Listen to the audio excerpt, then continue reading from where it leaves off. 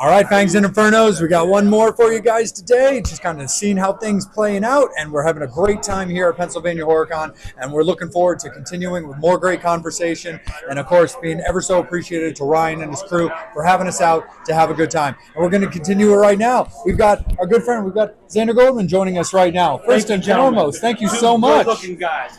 Oh, you know what? Great looking guys. It's all about myself and Devil being the second and third best looking people in our interviews. That's how it works here. So that's definitely the way that we're going to continue with it. But again, Xander, thank you so much for giving us a little bit of your time. And first and foremost, you've got Crimson Harvest, as well as a lot of movies that we'll get to talk about. But how has Pennsylvania HorrorCon been for you so far? Wonderful. One of the best places to go, Allentown, Pennsylvania. Maybe not as good as Edison or Atlantic City, but it's up there, top 3.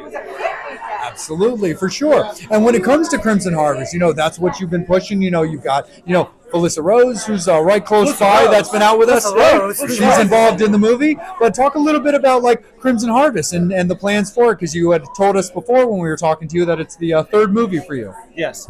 So we are continuing our filming next month in Blairstown, New Jersey. So the original locations for the first Friday the 13th.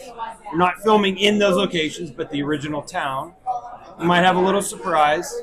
Got to watch the movie. So we're going to film the second half of the movie next month. We already filmed Miss Felissa Rose and Miss Robert Mewes, 2 amazing horror icons we love. And it's going to be a little bit slasher, a little bit comedy, a lot of fun. Absolutely. When it came to, designing the style behind Crimson Rose, the story that you're looking, Crimson Harvest, and the story behind it, and just kind of the story that you're looking to put out to the fans, what was it about the writing process that really kind of worked your brain in a way that was I want to do it this style and tell this tale? So I will say I wanted to do something that blended a lot of cool movies. So not copying them, but we're taking inspiration from them. X, Texas Chainsaw Massacre, Pearl, and there was one other. A little bit of the Halloween movies, and of course Terrifier. So take those movies as inspiration, and then put my own spin on it. So seeing my favorites, seeing what works, see what I like, and then putting it together to make my own film. Absolutely, for sure. Devil, my friend? Well, yeah, because you were talking about that, a little bit of that extra with those ones, with the X and the Pearl. Obviously Ty West, those guys and stuff like that. Those people that kind of influenced you as far as new school, and then who kind of influenced you old school, maybe to want to do film or to write, direct, make this universe that you're in. What inspired you? So I want to not necessarily write, but direct and act in it so I could have control, see my vision. So this is the first time I really have directed a movie, and it's so I can get my vision of how I want things to go. And one little secret is I don't want the actors to just see a script and they think they have to just memorize these lines and just sit there and read lines.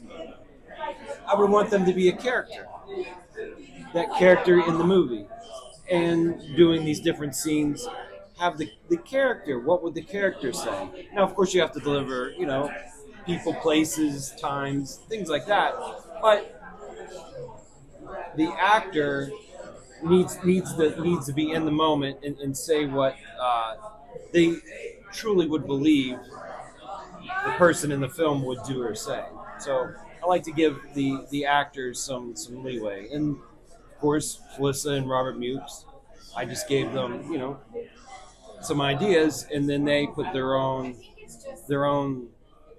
style, their own kiss onto their characters. Oh, yeah. And then obviously people who can see, man, talk about this guy here is lit up right here. So talk a little bit about him. So this is Mr. Scarecrow. So I play the killer Scarecrow in the movie. And just like Art the Clown, Mr. Scarecrow doesn't talk.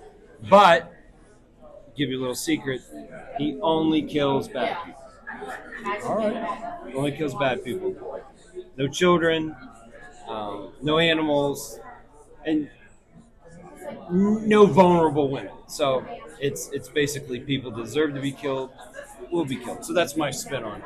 So it's kind of like the Dexter Kind of of scarecrows. Kind of, yes, yes, yes. So supernatural scarecrow, but he does have some purpose. He just does not kill randomly, and he is on the farm. So we're filming on a farm. Oh, nice. Yeah. Nice, absolutely. And with this being the third installment of movies that you've done, of course, we want people to be as familiar, of course, in general and as much as possible with your overall filmography. Talk a little bit about the previous movies that Devil and I were fortunate to pick up and talk a little bit. Macabre Mountain is down here, it's over here, and Massacre Academy is over here. So the other two movies are Macabre Mountain and Massacre Academy. Massacre Academy was filmed in Pittsburgh. Macabre Mountain was filmed in Buchanan, West Virginia. So Massacre Academy was a little bit more bloodier, a little bit more comedic. Macabre Mountain had a more action feel to it. Both are great movies. You can purchase a copy, DVDs, Blu-rays at any convention I'm at, or I do have copies. I can send them out to people if they would like to buy one. But also, if you do not want to buy one, they are also on Amazon and Tubi. Nice.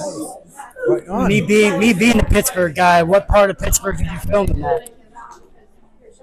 Massacre Academy was filmed mostly in McKeesport. Okay, no, nice. McKeesport, yeah. Right on. When it comes to like the filming locations, what do you like to look for when it comes to the filming locations for the movies that you're looking to do? Is there certain, like we definitely know that of course financials play into certain situations as well as permits, but is there also specific like points of interest that will play a vital part in a visual aspect for your movies? So I don't want to say financials is everything, but free is for me. So when you're dealing with a micro budget, a very small budget, free is for me. But beside the financials, what do you want? Permits, yeah. So if you're filming out in public places, you might need a permit. If I can avoid permits, that's always good. So you just don't have to go through those situations. Another important thing, besides visuals is very important. Sound. So if you're filming in New York City, it's going to be very noisy. Very noisy. Airplanes, trains, buses, everything's going to be making noises. The more further out you get, the less likely you'll get noise pollution. So, Crimson Harvest, we did not know that. I take responsibility. There's an airport near there. And during filming, there was airplanes taking off, pulling little gliders. So the airplanes were throttling up to get this little glider up, and we're watching the gliders as we should be filming. But the airplane was, high throttle, and it was messing up our sound. So sound is very important. Yeah. To films. So, visual, sound, financial always. Parking's always a consideration. If you have no place to park, you're kind of screwed. Yeah. So, for sure. Yeah. When it comes, lots of things. Yeah. Oh, absolutely. When it comes to the Crimson Harvest logo, of course you see it everywhere. Talk a little bit about the spelling because I love the ideas behind when there's a slight tweak, per the writer or director's visual of how things go. Made the Z instead of the S, and this is the Limited Liability Corporation. So this is a corporation made with the Z, and it just makes things easier. So this cannot be, there cannot be another business with this name on it with the Z. So it's a unique thing. It's never be, hopefully, another business will not take this name because it's registered now. So I wanted to be different than everyone else. Now, some movies, they do have the same name with the same spelling. One that I like is Joyride. So there was an old movie with Paul Walker, Yep. Joyride. Yeah. And then there's a new Joyride. So movies can have the same name. Businesses cannot. You cannot have the same name for a business. And it's important to try to not get your movie name as a registered business name.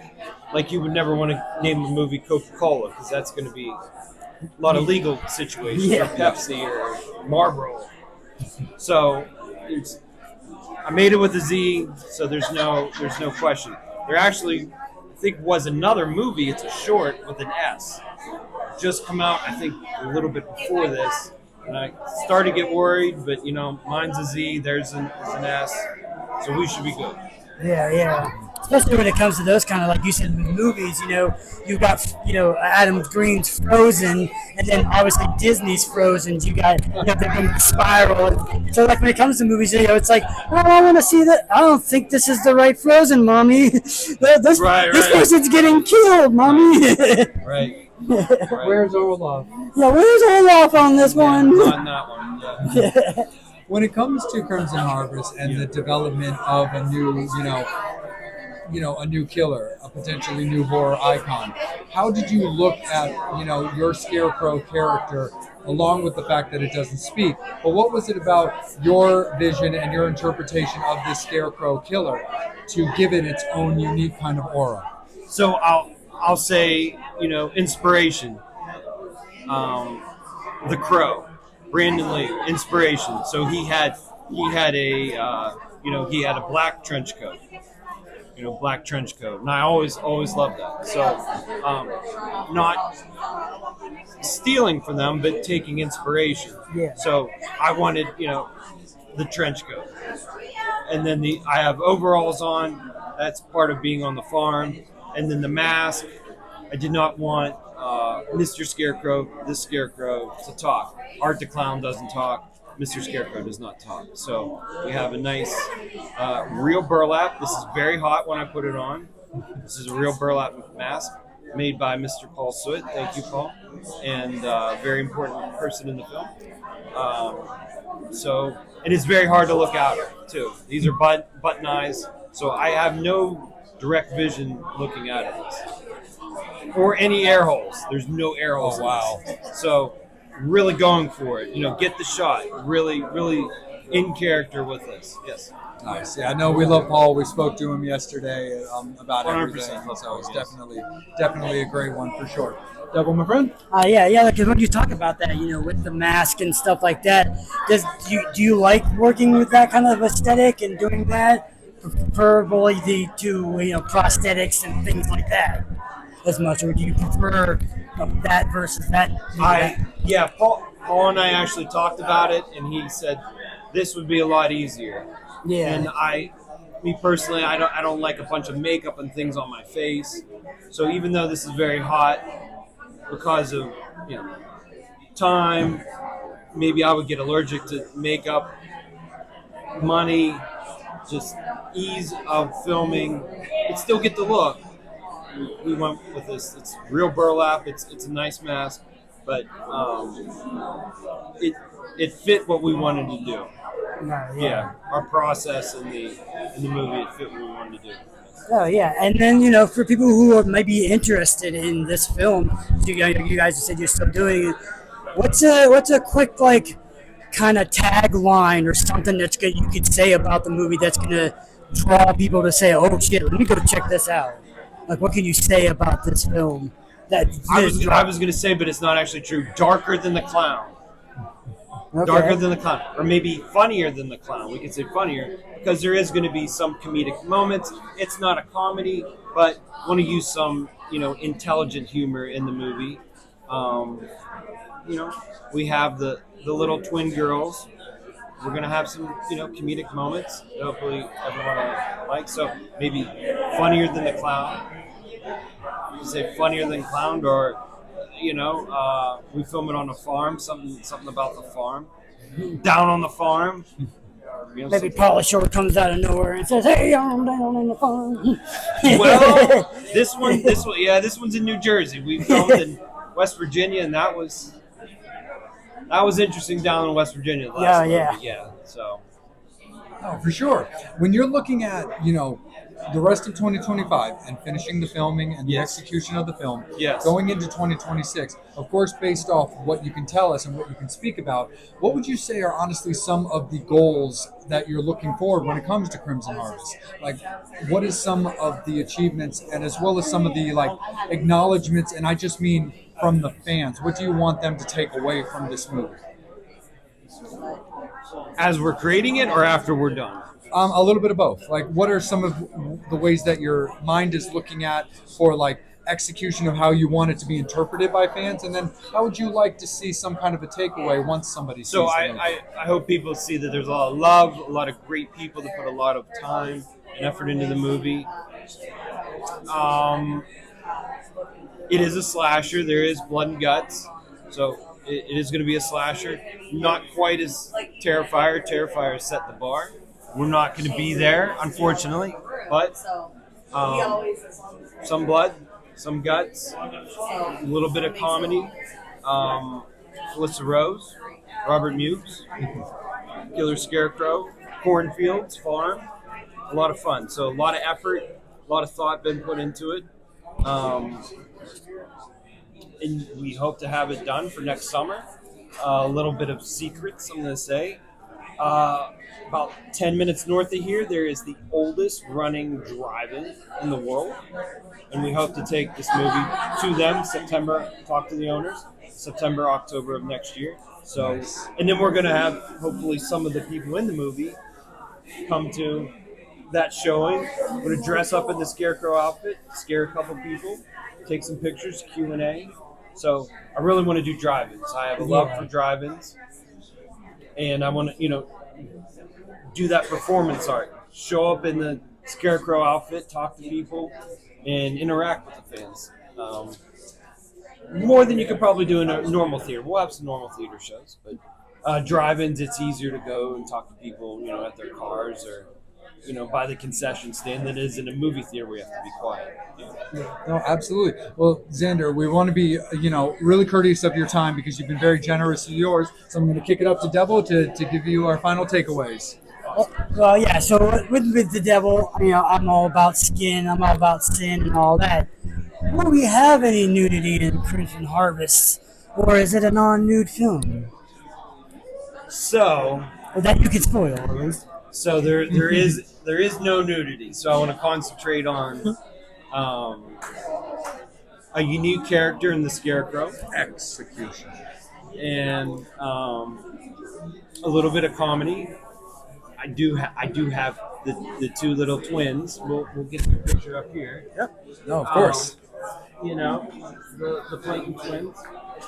So we and Miss Felissa Rose and the Scarecrow, the twins. We do want to keep it for all audiences. I do have some other children acting in the movie, so there will be no nudity in this one, unfortunately. Well, I mean like I said, even when it comes to nowadays with films, I come from an era of the slasher films in the '80s. It's kind of it was more of like if it didn't have nudity, you were kind of on the weird side. I mean, it was like I understand what you're saying. Back in the the glory, the days of the slashers. well, the VHS rental days. Yeah. You saw a girl on there, that's something that you would rent, and then you'd see something, then you would tell your friends, and then they would go rent it the next morning when the shop opens. 80s glam metal music videos and 80s slasher horror. That's how we all learned. Yes. Yeah.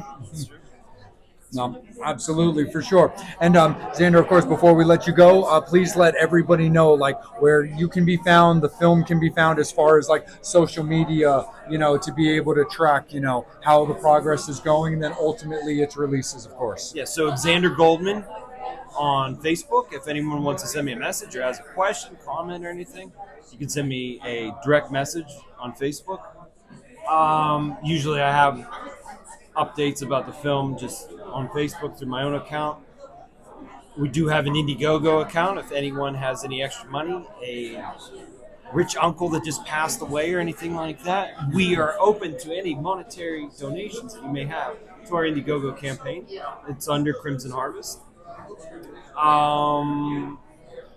What else? What else did you say? No, just general plugs. If there's Instagrams or anything like that, just to allow It's the mainly Fangs and Facebook. Infernos to find you in any way that's It's possible. mainly Facebook. But mainly Facebook, there, Fangs and Infernos. So that's where you got to go. Make sure that you guys are checking out all of Xander's previous films to get you all ready to go for when Crimson Harvest is released. But make sure that you guys are showing that a lot of love and support, just like you show us so much love and support to allow us to have these conversations. So we appreciate you guys so much for always, being there and supporting and just showing so much love and a bloody good time to everything that myself as the vampire and of course the devil does. But more importantly, the both of us, he is Xander Goldman and with Crimson Harvest. Thank you guys so much. We appreciate you guys.